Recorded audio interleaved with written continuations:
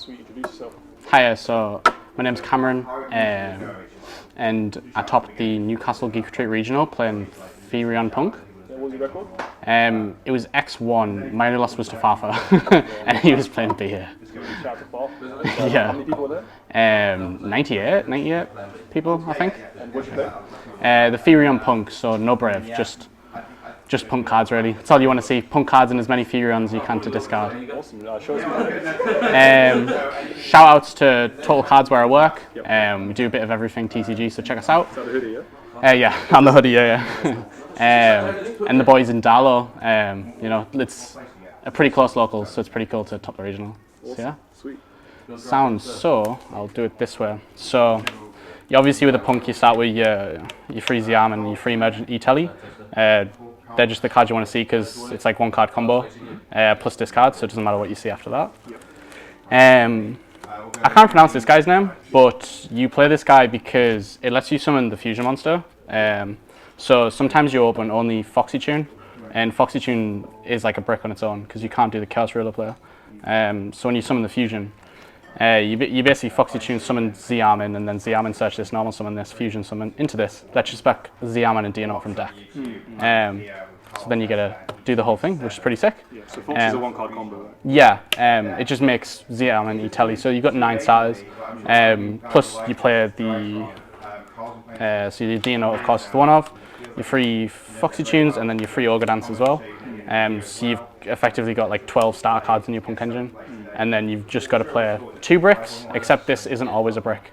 So it's pretty decent, but you don't always want to see this. So I saw this quite a bit today, and it only came up already once. So it is worth playing, but you just got to pro and con it really when you've already got a few bricks. So if you're playing the Brave stuff, I probably wouldn't play it, but it's a bit complicated. But the P.U.N.K stuff on its own is really good. Then I played like the Therion stuff, so you play free Lily. It's literally insane because it's a level 8, so it complements with like your Foxy Tune and Ogre Dances really well, and it lets you search for your Colosseum, which then searches the other Therion cards. So you play free Lily, 2 Regulus. Regulus is what you want to get out as soon as possible because it protects your board, so you got to do the full combo. You play Yul, just because it's a psychic really. So it has a protection effect, which is pretty cool, but sometimes you need a level 8 extender, and it's part of the engine, so it makes your P.U.N.K kind of synergize a bit better. Wait, how many times did he hit this off the Chaos Ruler? I never added it off Chaos Ruler, but if I ever send a Therion, like, it's happy days if you send a Therion because your Therion's are then live in hand. So you're never really happy, and a lot of the time you'll send the endless engine as well, which then adds the Therions back. So there's just loads you can do with the deck really. And then the one Reaper fun, this one comes up all the time. So you can like side it out game 2 and stuff, but you always want to, you know, keep it in your deck for going first, because Regulus and a full, if you manage to resolve both of them, you've got a bounce and then a negate as well. And this, if you bounce a Therion, it's follow up for next turn, so it's pretty cool. Level 7, so it gets you an instant Baron. Same with the Bull, but some people cut the Bull. That's it for the Therions. They're a bit bricky, so they're really good if you send Foxy Tune, and you send one off and then you've got another in your hand. Stupid amount of maths. We play as many Therion cards as we do P.U.N.K. I think we're more likely to see Therion cards than we are the P.U.N.K. But you kind of need to, otherwise they're just dead on your own, especially if you only play the one Psychic. So we're not playing ABC, so it's like we can't just summon Therion for free. So you need your free Disc Colosseum and you need your free Endless Engine, because we don't play charge. So your Lily's always searching Disc Colosseum every turn, so you've got follow up with your Therion, you just keep searching, keep filling your deck, and your Endless Engines are your Endless Engines. You really want to mill them off Chaos Ruler, because then you get to add any Therion back from your grave and just more follow up. When you don't really see this very much, you just feel the deck's not doing as much with a Therion, but then sometimes you see too much, and it just, yeah, it's a weird card, but I feel like you have to play it at free. Did you ever miss charge? So it's kind of a weird one, right? Because you're playing your Therions and you're playing your P.U.N.K, and if either of them get ashed, like, that's pretty sad. But charge, you're negging a card as well. So I don't know. I feel having the follow up was really good. Some people play trading to send like Foxy Tune and stuff. But again, if that gets ashed, then you're playing you're playing a deck that you need to discard cards with, and you've got 3 cards in hand. So like you resolve your Foxy Tune. Now you've got 1 card in hand. Then you need to resolve a Jet Synchron, and there's a lot of cards that discard, and you want to make sure you're playing the game. So I think this is correct, but you could sneak one in there if you wanted to.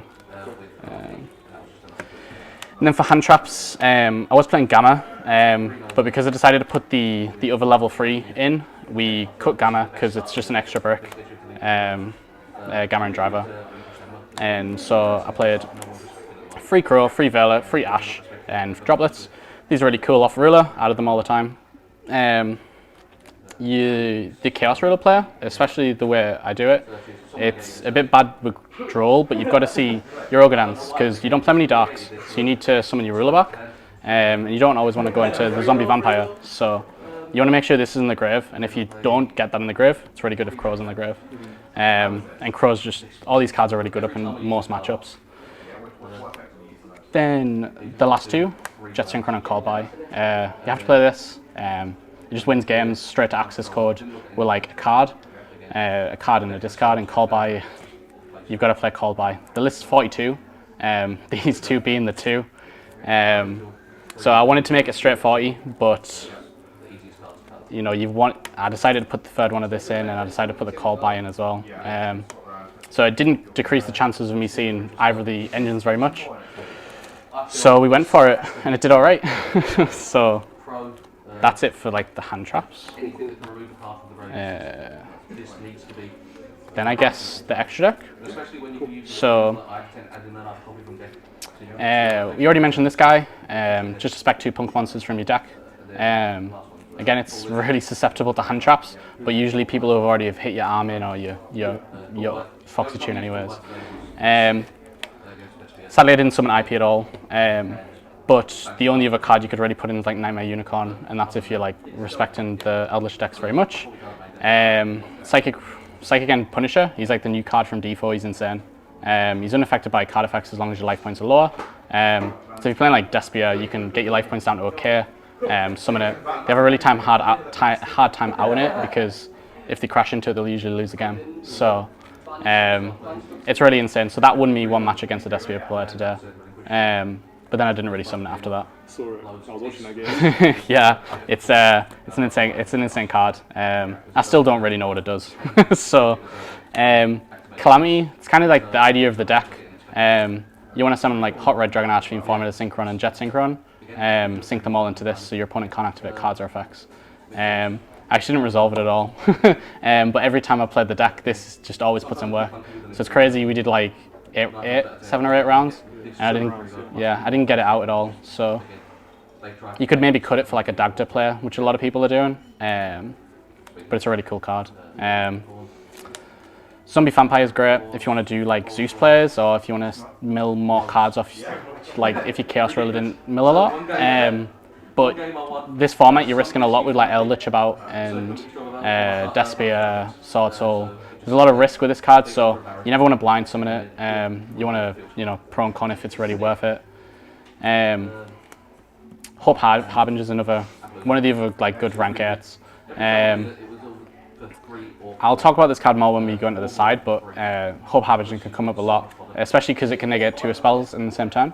So it's really good. Baron's so easy to summon. Because Formula Synchron plus any Therion, well most Therions, is an instant Baron. So you can summon this a lot on your opponent's turn. They might not expect it. Or you can summon it on your own turn and start popping some stuff. He's really good during the standby phase as well, because he can spin himself back and bring back your Regulus if you lost that. So it's like almost constant negation. Or if you already had a Regulus out in the field, just summon your Formula Synchron back and summon it again, because like it's a really good card.